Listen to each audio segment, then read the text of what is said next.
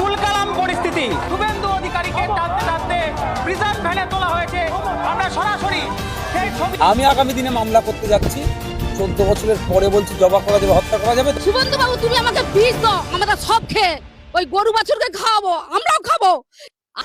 আসসালামু আলাইকুম ভিউয়ার্স, দেশ ও দেশের বাহির থেকে যারা আমার ভিডিওটি প্লে করেছেন জানাচ্ছি আন্তরিক শুভেচ্ছা ও অভিনন্দন। আশা করি সবাই ভালো আছেন, সুস্থ আছেন, আলহামদুলিল্লাহ। তো ভিউয়ার্স, ভারতীয় হাইকোর্টের নিষেধাজ্ঞা অনুযায়ী ভারতীয় মুসলিমদের গো কুরবানি, প্রকাশ্যে গরু জবাই ও ঈদের নামাজ মাঠে আদায় করা নিষিদ্ধ করা হয়েছে। বিজেপির এই সিদ্ধান্তকে কেন্দ্র করে এই মুহূর্তে ভারতে হিন্দু মুসলিম উভয়দের ভেতরেই চলছে ব্যাপক উত্তেজনা। পশ্চিমবঙ্গের নয়া মুখ্যমন্ত্রী শপথ গ্রহণকারী শুভেন্দু অধিকারীর বিরুদ্ধে এবার মুসলিম এমপি ও মুখ্যমন্ত্রীরা সবাই একযোগ হয়ে মামলা করতে যাচ্ছেন এবং শুভেন্দুকে ঈদের আগেই 24 ঘন্টার মধ্যে গ্রেফতারের জন্য আলটিমেট করার জন্য ব্যাপকভাবে উঠে পড়ে লেগেছেন নওশাদ সিদ্দিকী। দর্শক, তাহলে কি এবার মুসলিমদের কুরবানি আটকানোর কারণেই শুভেন্দু অধিকারীকে জেলে যেতে হচ্ছে? বিস্তারিত আপডেট জানবো আমরা রিপোর্টে। সো ভিডিওতে যাওয়ার আগে ছোট রিকোয়েস্ট করবো, যারা চ্যানেলটি সাবস্ক্রাইব করেননি সকল আপডেট সবার আগে জানতে অবশ্যই চ্যানেলটি সাবস্ক্রাইব করে পাশে রাখবেন। দর্শক, আসুন স্ক্রিনে। শুভেন্দু বাবু, তুমি আমাকে বীজ দাও, আমরা সব খেয়ে ওই গরু বাছুরকে খাওয়াবো, আমরাও খাবো। আর আমরা এ চাষ করবো না, আমাদেরকে ঋণ থেকে মুক্তি করো। আজকে যে শুভেন্দুবাবু বললো কুরবানি হবে না, এই মুহূর্তে যদি না কুরবানি হয় আমরা এই গরুগুলোকে খাওয়াবো কি? আমরা নিজেরা পাল্টানো দরকার। সরকার চেঞ্জ হবে হিন্দুদের ভালোর জন্য বলছে। তাহলে আজকে গরু কারা বুঝছে? হিন্দুরা। একমাত্র মরবে হিন্দুরা, এখানে কোনো বাঙালি ছাড়া কেউ মরবে না। একটা ছোট ছোট বাচ্চা, এখানে সবাই গরুর পিছনে পড়ে থাকি। আমি আগামী দিনে মামলা করতে যাচ্ছি। 14 বছরের পরে বলছি জবা করা যাবে, হত্যা করা যাবে। তো টোটালি হত্যা করা যাবে না, এক্সপোর্ট করা যাবে না। ও এখানে খেলে অপরাধ, আর বিদেশে মানুষ খেলে সেটা অপরাধ নয়, কামাচ্ছে। শুভেন্দু বাবুকে জবাব দিতে হবে। আপনি বলেছিলেন যে আমাদেরকে ক্ষমতায় নিয়ে আসুন, অর্থাৎ বলেছিলেন তিনি বিজেপিকে ক্ষমতায় নিয়ে আসলে, ওনাদেরকে ক্ষমতায় আনলে দিল্লি উত্তরপ্রদেশের মতো পেট্রোলের দাম হবে। আজকে কেন হয়নি? এটা শুভেন্দু বাবুকে প্রশ্ন করা দরকার। এই প্রশ্ন না করতে পারেন, ওই জন্যই মাদ্রাসায় বন্দে মাতরম বাধ্যতামূলক। এই প্রশ্ন না করতে পারেন, রাস্তায় নামাজ পড়া যাবে না। এই প্রশ্ন না করতে পারেন, গরুর রে, এই বলে পুরো আপনাকে আমাকে ভুল দিয়েছে। আর কিছুটা দিন, আগামী দিন দেখবেন আর্থিকভাবে ভারতবর্ষ কোন জায়গায় গিয়ে দাঁড়াচ্ছে। আমি আগামী দিনে মামলা করতে যাচ্ছি। 14 বছরের পরে বলছি জবা করা যাবে, হত্যা করা যাবে। তো টোটালি হত্যা করা যাবে না, এক্সপোর্ট করা যাবে না। ও এখানে খেলে অপরাধ, আর বিদেশে মানুষ খেলে সেটা অপরাধ নয়, কামাচ্ছে। ভারতবর্ষের থেকে টপ 10 এক্সপোর্টার যদি দেখেন, সবকটাই নন মুসলিম। উত্তরপ্রদেশের সব থেকে বড় এক্সপোর্টার যিনি, আল কাবির সম্ভবত, সে নন মুসলিম এবং ব্রাহ্মণ সমাজের মানুষ। আর এখানে এই গোহত্যা নিয়ে, গরু জবাইকে নিয়ে, গরু বলিকে দেওয়া নিয়ে হিন্দু মুসলমানের মধ্যে একটা বিভ্রান্তি তৈরি করার চেষ্টা করা হচ্ছে, সম্প্রীতিকে বিনষ্ট করার চেষ্টা করা হচ্ছে। পশ্চিমবাংলার মুসলিম সমাজের একটা হেভি অংশের মানুষ এবারে তারা ডিসাইড করে নিয়েছে গরুকে তারা জবা করবেই না। 14 বছরের ঊর্ধ্বে নিচের কোনো প্রশ্নই আসছে না। তাদের যে ডিসিশন নিয়েছে সেটারও আমি বিরোধিতা করবো না। একেবারে পেট্রোল ডিজেলের দাম এটা নিয়ে একেবারে চতুর্থবার বাড়তে একবার দুবার তিনবার চতুর্থবার বেড়েই গেল। বেড়ে 13 টাকা 59 পয়সায় এসে দাঁড়িয়েছে। কেন শুভেন্দু বাবুকে প্রশ্ন করেন না? এটা শুভেন্দু বাবুকে প্রশ্ন করা দরকার। এই প্রশ্ন না করতে পারেন, ওই জন্যই মাদ্রাসায় বন্দে মাতরম বাধ্যতামূলক। এই প্রশ্ন না করতে পারেন, রাস্তায় নামাজ পড়া যাবে না। এই প্রশ্ন না করতে পারেন, গরুর রে, এই বলে পুরো আপনাকে আমাকে ভুল দিয়েছে। প্রশ্ন করাতে হবে, শুভেন্দু বাবুকে জবাব দিতে হবে। এখান থেকে আমি প্রশ্ন করছি, শুভেন্দু বাবুকে জবাব দিতে হবে। আপনি বলেছিলেন যে আমাদেরকে ক্ষমতায় নিয়ে আসুন, অর্থাৎ বলেছিলেন তিনি বিজেপিকে ক্ষমতায় নিয়ে আসলে, ওনাদেরকে ক্ষমতায় আনলে দিল্লি উত্তরপ্রদেশের মতো পেট্রোলের দাম হবে।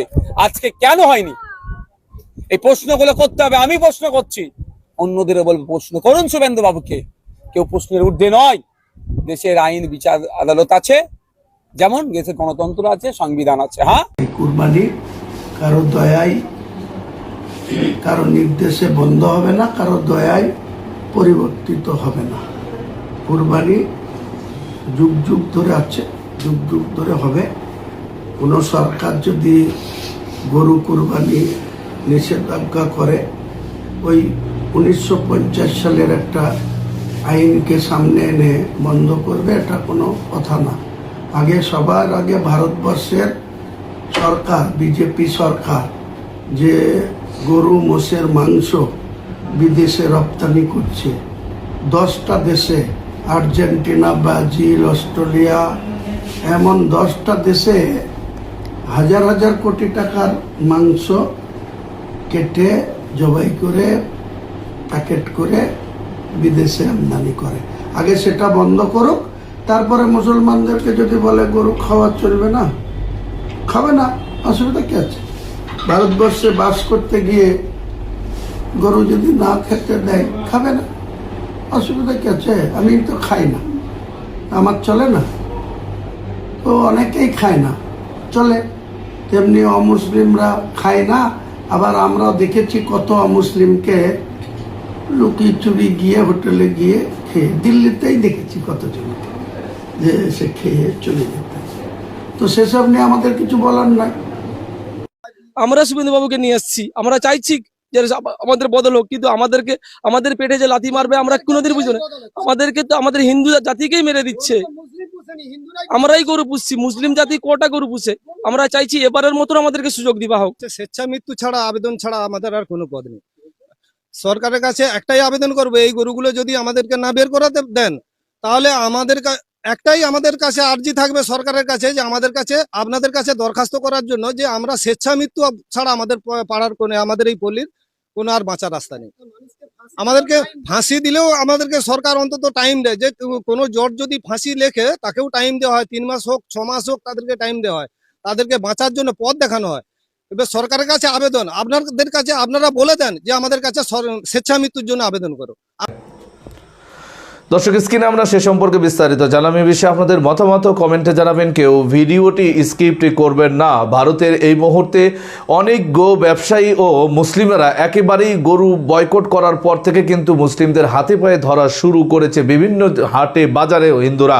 কিন্তু হিন্দুরা এবার নতুন করে শুভেন্দুর বিরুদ্ধে এবং তার পদত্যাগ চেয়েই কিন্তু আন্দোলনে। দেখুন, আমাদের সামনে 28 তারিখ ঈদুজ্জোহা, যে কুরবানি অর্থাৎ ত্যাগ, আমাদের এই মুসলিম সমাজ, মুসলিম জাতি, ইসলাম ধর্ম মানুষ যারা আছি, তার আগামী যে আমাদের কুরবানি, অনেক দিন ধরে যে পশু আমরা পালিত করে যে ওই একটা দিন, নির্ধারিত দিন, সেই দিন আমরা কুরবানি দিই, সেই দিনটা আমাদের সামনে 28 তারিখ। তো ওইটাকে নিয়ে অনেক বিতর্ক বা অনেক মন্তব্য বা সোশ্যাল কিছু জায়গা থেকে বিভ্রান্তমূলক, উস্কানোমূলক কিছু সব পোস্ট দেখছিলাম।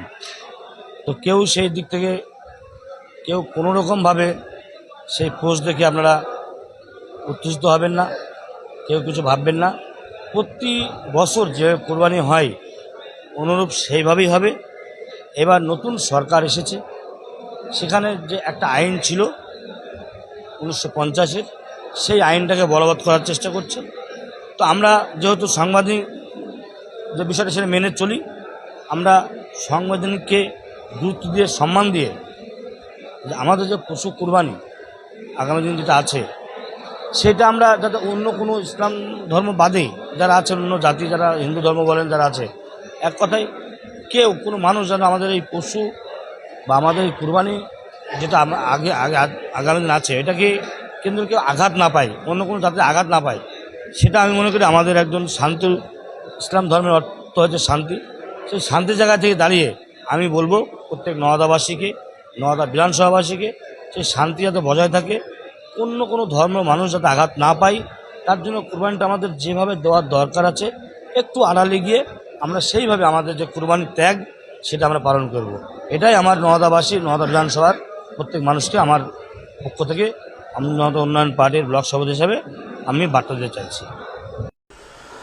দর্শক, স্ক্রিনে আমরা সে সম্পর্কে বিস্তারিত জানলাম। সো ভিডিও এই পর্যন্ত। ভালো লাগলে লাইক অ্যান্ড কমেন্ট করবেন। দেশের সকল আপডেট সবার আগে জানতে অবশ্যই চ্যানেলটি সাবস্ক্রাইব করে পাশে রাখবেন। দেখা হবে পরবর্তী ভিডিওতে ইনশাআল্লাহ। আসসালামু আলাইকুম ওয়া রাহমাতুল্লাহ।